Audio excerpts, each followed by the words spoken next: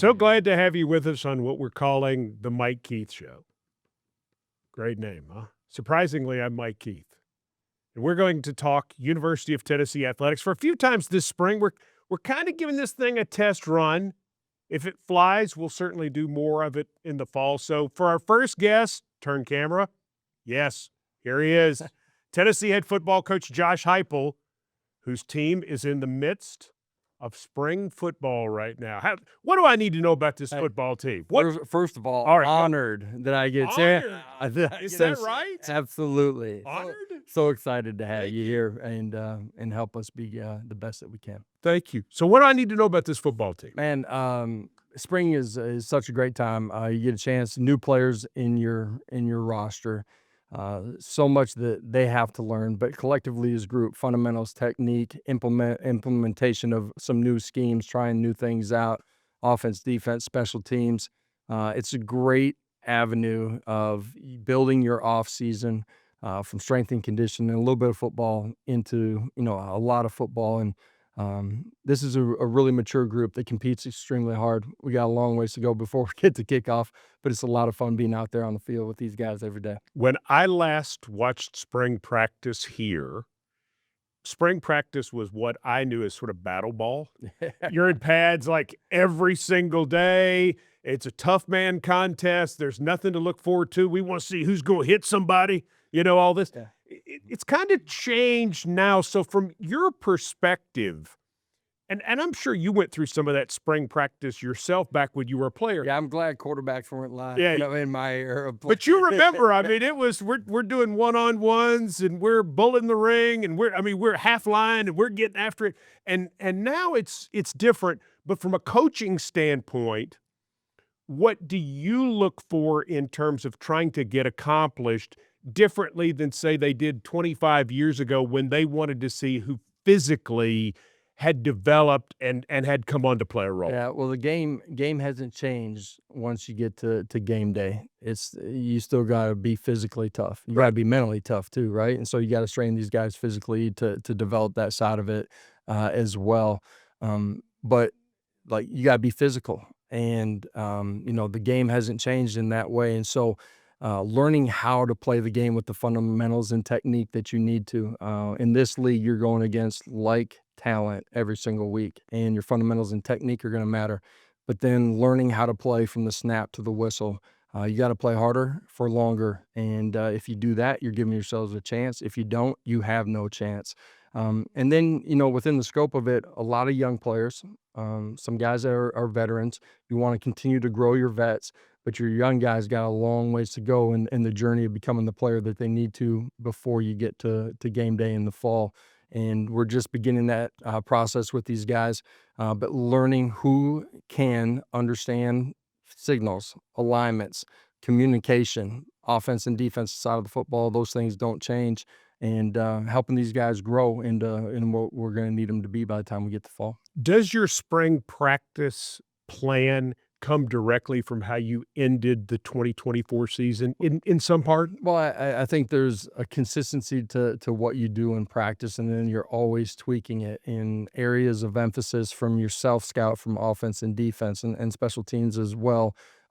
Points of emphasis that you need to grow in, some areas that you want to be really intentional on finding out if some of the things that you're thinking about scheme-wise are going to be a part of who you are moving forward. It's an opportunity to kind of play around and see what works in the scope of what you want to be.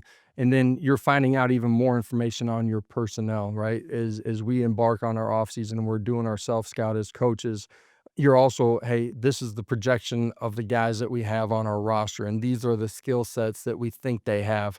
Can they fit into some of the new things that you want to do because of their skill sets? And as you come out of the back end of spring ball, you have a much clearer identity of where you're at, what you need to continue to grow through the course of the summer, and certainly beginning a training camp as you embark on the season. Two-part question as we move forward. I want to ask you about a quote from early last season. I'm going to read it to you. After NC State, Josh Heupel says, let me say one more thing. The standard at Tennessee is to be a lead on defense. This is the home of Reggie White, Al Wilson, and Eric Berry. That was after a game you'd won 51-10. the defense had played great. They had not given up a touchdown in that game. But I think everybody thought you were really going to talk a lot about the offense. And you made a very specific point. This quote was not in response to a specific question. This was something Josh Heupel wanted to say. Why was it important to you to say something very specific about the defense and the history of Tennessee defense? First of all, those are three great names, aren't Oh, they? yeah. And seeing those highlights, the violence that they played with, the intensity, their ability to make plays and change the game. The standard is to be the best on defense, to have a championship defense. And, as we embarked, as our staff first came in here, there were some speed bumps that we had to navigate. Last year was the first year we had, the depth on our roster on the defensive side of the ball to play the way that we were capable of, and for the duration of the season. And it was important to me that our fans, Vol Nation understands where we were going as a program on that side of the football. And the guys that we had in the building on the defensive side of the football, it was important to them that they were going to take the steps that they thought and that they had worked towards.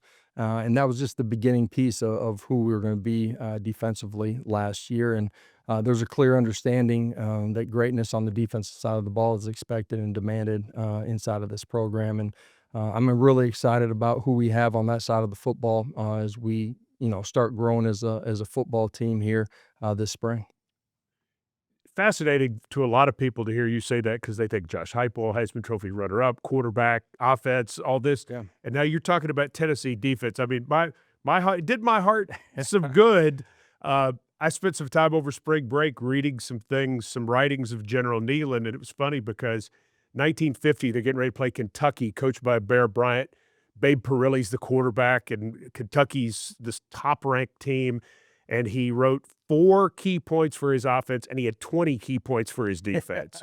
And so, I mean, it is the history of the program. Were you not only trying to let the fan base know that you knew that history, but also teaching your players more about that history? Yeah, we try to always give our players a historical understanding of what the power team means and who's come before us. And that starts with General Neyland. We go through the maxims and the history of General Neyland during every training camp. We're always showing video clips of great players, great units, great moments in Tennessee football history to understand what's been laid before us and the standards and expectations of what we have to do inside of this room. And it was important for me that our fan base understood where we were going, but it was a clear representation of the work that the guys had put in, and I wanted to recognize that as well. Beautiful thing. And how the defense played last year was a beautiful thing. Clearly, your best defense at Tennessee, Tim Banks' best defense at Tennessee. Tim Banks is back. You have staff continuity, lost some key parts to the defense, but a lot of depth coming back. This is the second part of this long question. How do you see that group progressing as spring goes on, and what do you expect from that defense that has some guys who now get to take more leadership roles than they had? Yeah, absolutely. That's the tough thing and the great thing about college football is that, there's consistent, 30-35% of your roster that turns over. We lost some key components to who we were as a defense last year, but we also have a lot of guys that are back that have played. You look at how many guys we rotated on the defensive side of the football last year. There's a lot of guys that have played a lot of championship football, on the defensive side of the football. And for us this spring, your young guys that are coming in and them learning the scheme, learning how to play from the snap to the whistle, the intensity and the energy, how hard you have to play every single snap. And then in the scope of that, finding a way to go make plays. And I'm really excited about, who's returning, but also the new pieces that we have, and excited to see them grow. Your next first-round pick to come out of this program will be James Pierce, an elite pass rusher, elite. Who on this roster that you're seeing now has a chance, has an opportunity to be an elite pass rusher for Tennessee? Well, you look at the way Josh Josephs played last year, right? And that was against the run, but ability to rush the passer. Really excited about how he grew last year and the steps that he's taken as a man and as a player here in the short amount of time that we've already been back in during the early part of spring ball. Bryson Eason on the inside, when everybody thinks pass rushers, they always think edge guys. Bryson's got the ability as an interior guy to affect the way the quarterback feels inside of that pocket, to push the pocket, to play on an edge and get home. So those are two guys that come to mind immediately. And you look at what Don Bailey did last year on the edge. Excited to have him back, and a guy that has just continually grown every single year, and I believe he's going to play his best football this fall. Offense, defense. Let's talk newcomers. Anybody jumping out right away to you, or just the group overall of the newcomers? How have they looked so far in spring? Man, excited about the new group that we have. First of all, that freshman class, just the way that they've been able to understand and mix into the culture, the fabric of who we have to be, an extremely accountable group to what they have to do every single day, in the classroom, training room, weight room, and on the football side of it. Really excited about seeing these guys develop on the defense side of football, a collective group in the secondary of newcomers that are long, that are athletic, that have speed, that come from championship caliber programs, coming from their high schools that made deep runs or won championships, that have a DNA of winning.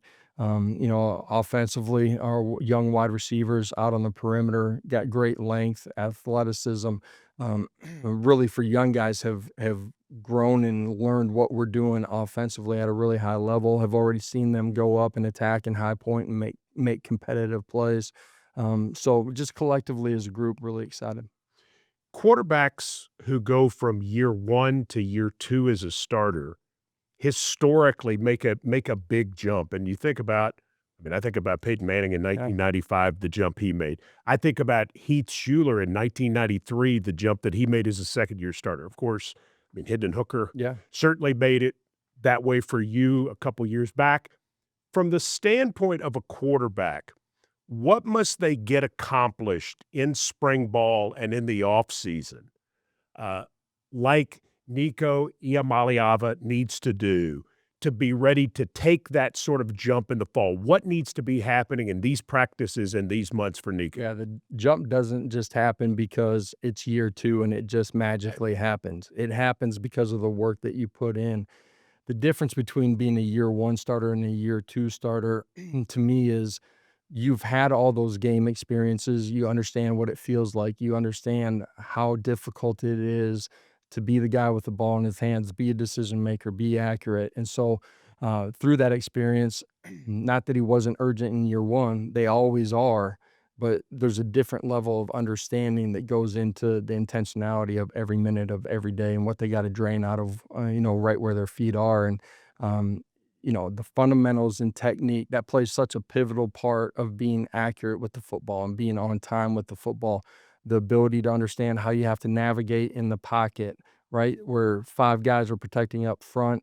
Man, not everyone's going to win and stone their guy at the line of scrimmage on every single play. How do I have to manipulate and work the pocket to be able to deliver the football down the field to somebody that's open? So you put all those pieces together, understanding the game experience that they've had. It only propels them to be better, and really excited about what Nico has done in the early part of the offseason in the winter. That's in the weight room, but it's also spending extra time with his wide receivers, extra time understanding what we're doing on the offensive side of the football, the ability to manipulate and change your protections, which allows us to get a hat on a hat and be better. And then what he's done in the early part of spring practice. Does it give you as a coach a chance to give him more offense, or does it allow him to just run what you're already doing better? Well, it's a combination of both. Okay. Whenever you're on the offense side of the football, it always starts, what can your quarterback do? And what are the situations that you're willing to put him in, right? And then, what can your offensive line block, and how do you put your skill guys in a position to go make plays? With his experience and better understanding and ability to command and control everything that's going on offensively. That's, pass protections like we were just talking about. It may be changing a route. It can be run checks into pass checks, whatever it might be. There's a lot on his plate. The command of all of that allows us to be more efficient in games that come down to one play. And then also his experience allows you to change and evolve because of his understanding of what you're doing. Let me wrap up with this. Entering year 5, and Hard to believe. it is hard to believe. It's gone fast. Well, it's been interesting to watch it from 3 hours away Yeah. and to see where you have come. The thing that jumps out to me is especially in 2024, the confidence with which Tennessee plays again, looking like a team that expects to win. Just something goes wrong. I mean, you get down 14-0 at Vanderbilt. It's not good. Yeah. And Not the start you want. yeah, well, but it happens. It I mean, does. it's football in the SEC, It is. and your football team, they stay calm. You go on to dominate the remainder of that game and win an important game to make the college football playoff. Last 3 years, most successful 3 years for this program since the 1990s, which was the greatest decade in the program's history. As you look at your ball club with the continuity that we talk about and sort of the built-in understanding of what you want to be, where is the biggest area that you have a chance to be better as a program in year 5 today because you've got those 4 years in now? Yeah, you talked about it, a team that expects to win. We talk about it in our team room all the time. There's teams that hope, there's teams that believe, and there's teams that expect. If you're one of the first two, you're going to be average at best or have no chance at all. Teams that expect, it doesn't just happen because you put the power tee on the side of your helmet, buckle your chin strap, and go out and play. It happens because of how you work, right? And in the investment that you make on a daily basis. And the group that we have right now in the early part of this off season has done a tremendous job of being intentional, being where their feet are, getting everything out of every moment that they're inside of the building. They love each other. They compete hard with each other, but they do it the right way. For us as a program, it's a clear standard of the expectations, which is to go win a championship. And to do that, where we're at and where we got to get to, we're a long ways away. But good teams continue to get better every single day. That's not just during the season, that's the entire off season as well. And for us as a team, it's really about the development of that leadership, continuing to grow in our work capacity and how we compete, and growing collectively as a football team together. The competition aspect that we've seen a lot of this offseason, has that been increased since 2024? Yeah, I think we've always had competitive moments. We've continued to develop ways where we're putting them in competitive situations every single day. That's in the weight room. It's when we're on the field together. It's in our meetings. We've just found a way to continue to make everything a competitive situation. That competitive spirit is what drives you to be great, and we got to continue to develop that and grow in that. He is the University of Tennessee's head football coach, Josh Heupel. Thanks for joining us on the Mike Keith Show. Number one, for sure. Yes, number one. That's right. Yes.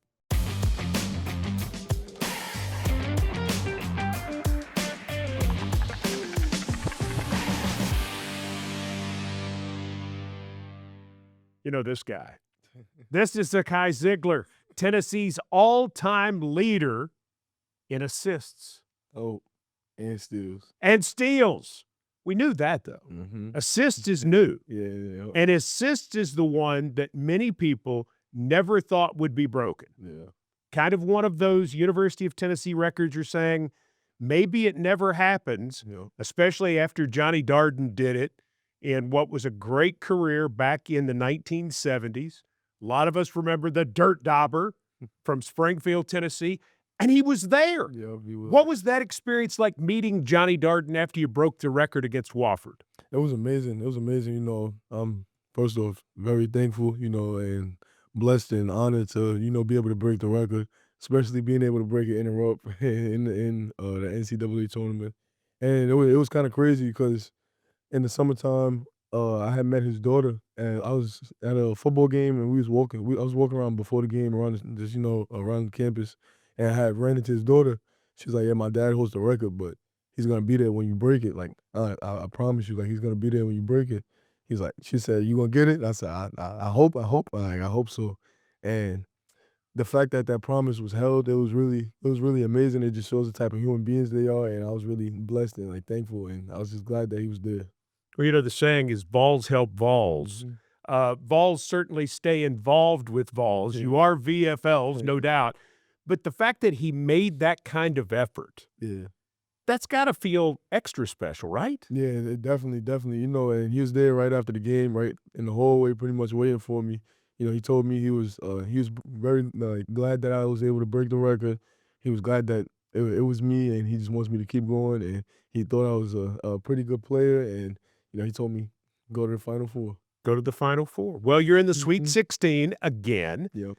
The opponent is very familiar, Kentucky. Yeah. You played them on January 28th, and then you played them again 2 weeks later. So you saw the Cats twice within 14 days, and now you haven't seen them for 6.5 weeks. Yeah. Can you tell anything different about them than when you played them back on February the 11th the last time? Well, I could tell you things are different about us, and I feel like that we didn't play to our best ability in either one of those games, or maybe we didn't play with the same, whether shots are going in or not. I feel like we didn't play with that same grit or fight that we did those two original times we played them in the regular season. So I definitely feel like we're a much different team. Kentucky, they're a great team. They're a really good team. In my opinion, they're one of the best shooting teams in the country. Across the board, they got really good shooters, really good players. But I feel like they didn't catch us at the right time, and I feel like now, I hope both teams come with the right energy and both bring the fight. Statistically, this team doesn't feel dominant in any area. You're better than the opposition, Mhm. basically across the board, but you've won 29 games. Yeah. What is it about this ball club that, throw the statistics out, Mhm. you feel like is special about the 24-25 Vols? I feel like on any given night it can be anybody, like anybody's day. One game I could have a great game. Next game it could be D Stone. Next game it could be Chaz, Shaq, JG. I could go down the line. Felix, Eagle. I could go down the line through everybody on the team. On any given night, I feel like everybody is really capable of having that breakout game per se. Everybody likes to say, but I feel like we are really a super unselfish team. Well connected team. Even just now before I got there, we're just sitting in the locker room, just talking to each other, making jokes. That's the type of bond and connection that we have. So I feel like everybody, stuff like that really translate on the court because we get out there, it's really just us, and we're playing against the teams, playing against the refs. We really feel like it's just us out there. We got to really just bring the fight. But the fact that we're super competitive and connected off the court, I feel like everything, all of that really translate on the court. And just just seeing everybody win and seeing everybody play well. Nobody feels bad or anything like that. If they don't have a good game, everybody's just happy for the next man up. Does your job change Mhm. in the postseason when you're in tournament play like this? No, definitely not. I feel like if anything, it should. I should. I should feel. I should feel less stress, really, because everybody understands their job. Everybody understands their role. We all understand what part we play for the team to win and what we need to do for the team to win. So I feel like just me being the best possible version of myself for the team, whether that's passing the ball, getting guys, picking somebody up 94 feet, wearing out the other point guard, hyping everybody up. As long as I'm doing my job, I feel comfortable with everybody else doing their job. And, going down the line of everybody else, they feel the same way. As long as they're doing their job, we'll be perfectly fine. After the career you've had, which is remarkable, do you feel any extra pressure knowing that tonight or this weekend or at some point it's going to be your last game?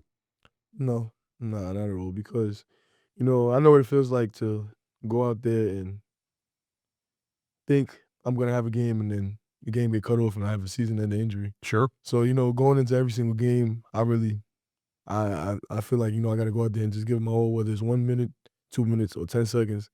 I gotta go out there, play hard, and play like it's my last because you never know. It could be my last. And also I played in COVID. I wasn't in college, but I was in high school, and I know what it feels like to walk into a game and then leave the game and then they say, okay, you only got 2 games left. So, just being in a situation like that and having a season-ending injury, every game after that, I really thought of, okay, I'm just giving my all no matter what because you never know when things can end. All right, completely honest answer here. Zakai Ziegler, are you scared of anything? Nah, I could say my mom when she be a little naive. That's about it. Does it, in watching you play, it never feels like you're scared of anything or anybody. So when you say that, I believe you. Yeah, my mom growing up, she always told me like, yeah, what is there to be scared about? I'm playing basketball. I've been in a lot of situations where it could have shaped me into being the person I am today. But she always told me it's nothing to be scared of. And I know as long as my mom is here with me, I'm perfectly fine because she's one phone call away. So I don't feel like any situation I should be nervous about anything.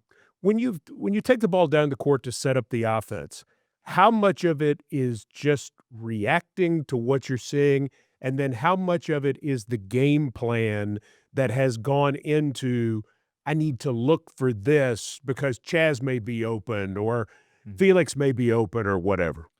No, it's a little bit of both because coming on the court, I could call the play, but knowing certain teams and how they play defense, and some teams might help more weak side or might force you baseline. So this cross court pass might be there, but some teams might help more strong side. So a simple, just right to the corner pass might be there. So it's really, really, truthfully, basketball is just a game of reactions and adjustments.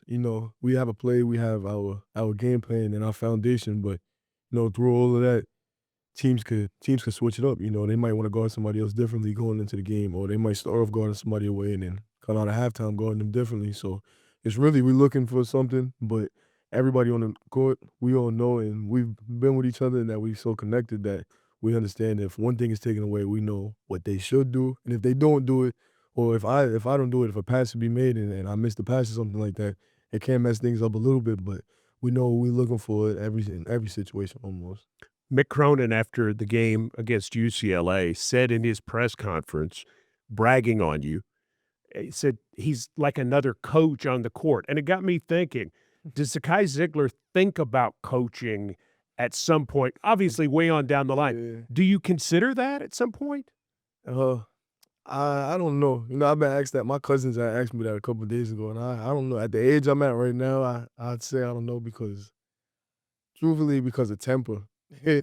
Temper because like being a coach, I don't really know how Coach Barnes deals with us sometimes, and seeing standing on the sideline and watching things, and Coach Barnes would tell us to do something, and if this situation happens, do this, and then to see somebody not do it, even myself, he might tell me to do something and I don't do it. To actually like see it on the court is things are different. You might not notice it, like, oh, why he getting so mad? Like, I don't, why you getting so mad at it? But being on the sideline and seeing those things, like, why didn't you just listen? That would get to me a lot. But I feel like down the line, I end up maybe I could end up coaching, but today I would say no because Say no. of temper. Well, Coach Barnes mellowed too, by the way. Oh yeah, Yeah. I've heard a lot of his players have told me and told all the guys that Coach Barnes has chilled out a tremendous. Back in the days at Clemson, Yeah, I heard there were some highlights. he was crazy. There were some highlights. I seen a video of him and Dean Smith. Now, he's pretty hard on you too, A little bit, but but you can take it. yeah, we I've been hearing that we're a little bit similar. Ain't that right, Alex? We're a little bit similar, so I understand him a little bit better. Where would you have ended up had you not gone to Tennessee? Uh, that's I don't know. Because it was such a great story of how they found you and that Rick Barnes immediately said, yes, I want him. I know he said he was going to redshirt you initially, but he said yes. I didn't know about that. I didn't know I was supposed to redshirt. That's what he said. Yeah, I didn't find that out. My cousins had told me they saw it on Twitter. Yeah. And Coach Barnes said, yeah, we was thinking about redshirting. I'm like, we're not gonna do it, but we was thinking about it. And in my head, I was like, I know Coach Barnes, but I don't know him well enough right now that if he's joking or not. And come to find out, he was serious, but I didn't know anything about that. Mhm. Well, I'd forgotten that you led the program in steals too. So thank you for reminding me. Wrap up with this as we circle back around to Friday night, Kentucky, a team that obviously is an SEC rival. Tennessee has beaten Kentucky more than any other team in history, so it goes both ways, even with their basketball prowess. Does it feel any bit odd that you're catching them in the Sweet 16 and that one of you is going to eliminate the other one? The one reason I would say it doesn't feel odd this year is because of how powerful the SEC was Right. and how good we were as a whole conference whole. And, it's crazy because we have, I think, 7 teams made it to the Sweet 16. We're the only SEC team that match up with another SEC team, obviously, but it really just shows the how great the conference was as a whole in the regular season throughout the entire year. This is gonna go down as one of the best conferences in history and ever really, in my opinion. And it's gonna be a fun one on Friday night. To see a lot of blue and orange in the building because I know both fan bases. Vol Nation, we got the best fan base in the country, so I know they're gonna show out for us way more. But it's gonna be a really fun matchup, and it's gonna be amazing to play in a situation like this in the Sweet 16 and play in front of a crowd like that and a huge arena like that. So it's gonna be definitely a fun one. We want to see you play 2 more weekends. 4 more games. 4 more games. 4 more games. Zakai Ziegler, thank you so much. It's a pleasure. Thank you. All right. Appreciate you. Thanks for joining us. This is the logo for the Mike Keith Show, which, of course, has a microphone and my name in it. I like it. Done very well by a University of Tennessee student, Carly Schwartzel. This is another University of Tennessee student. This is Dawson Wells. And Dawson is a broadcast journalism major with a minor in Graphic design. graphic design. Yeah. So you were in class with Carly making the logos for the Mike Keith Show, right? Actually, it was she works in our office, our 151 Creative. Okay. In the part of Tennessee Athletics. We have a total of, I want to say 10 or 11 students. Okay. We all kind of pitched in a little bit, but her logo came out on top. She definitely did a very good job. She did a very with good this job. logo. Now, the reason Dawson Wells is here is he came up with a logo that was certainly the most memorable, and we want to show it to you now. As I have showed this to my friends and colleagues and people that I work with, they absolutely love it. They think it captures something. I'm not really sure what it captures, but it captures something. Dawson, I wanted to have you on the show just to ask you, what were you thinking when you designed this logo? All right. That's kind of a hard question to answer because, I mean, when we were given that task, like I said, there's a ton of students, and my boss, Evan Ford. Evan Ford, good guy. Yeah, he's a great guy. He came with us. Did he have to came to us. explain who I was? Yes and no to some people. Okay. I think I was on the more familiar side. I definitely heard of your legacy here at Tennessee and with the Titans. And I think that's one thing that I really wanted to capture when I made that logo, because when I started to see, I think I started a little bit later than everybody else did, logo wise.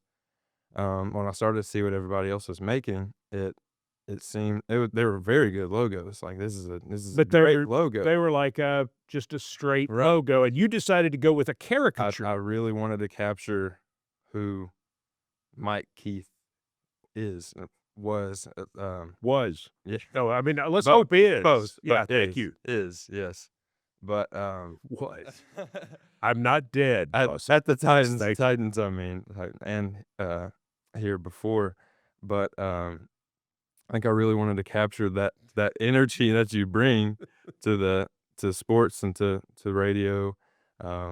Obviously, if you know anything about, I'm talking to. Yeah, you're talking to others. them. Yeah. yeah.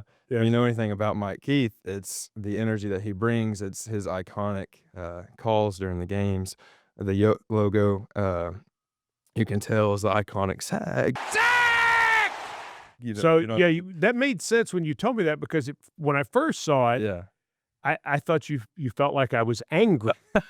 No, I actually had to work around that quite a bit, because the more I worked on the logo, it felt like you were angry. It's like, this is not going well. Yeah, so I had to do a lot of reworks. I did work with Evan and some other talented people to get that going the right direction. But Well, this is fun, and this is now going. I'm told this is going to show up. So while Carly's is the one on the backdrop. Right. The other one is going to show up. Awesome. Dawson's is going to show up. Now, Dawson, where are you from? I'm from Blount County, Tennessee, born and raised in Maryville, Tennessee. What year in school are you? I'm a sophomore here at University of Tennessee. And you're passing all of your classes. So far, So far, we're Right. doing okay. I hope to keep it going like that. What do you want to do with your life? Well, the goal is to stay in athletics. Okay.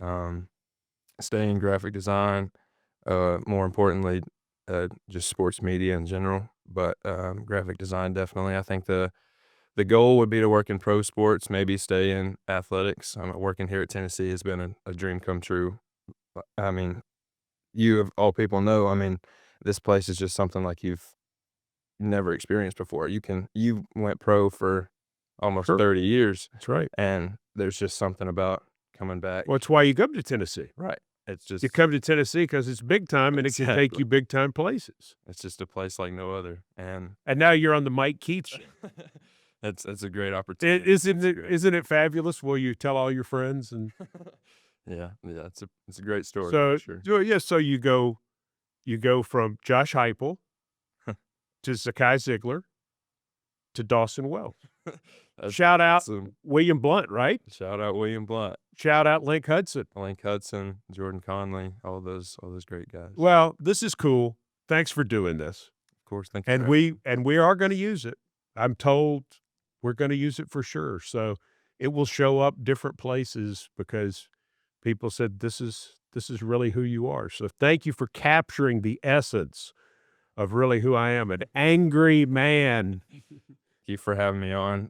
It's a great opportunity, and I really wanted to create it to really showcase who you are. Well, you and did great. welcome you back to Knoxville in the best way possible. Well, I So, appreciate that very much. You did a great job and really appreciate all the students. And this is one of the things I'm most excited about being part of this program is having a chance to see your work because, I mean, your creativity in everything that's done in this athletic department, the students do an amazing job. do an amazing job. So Shout out thank to- you.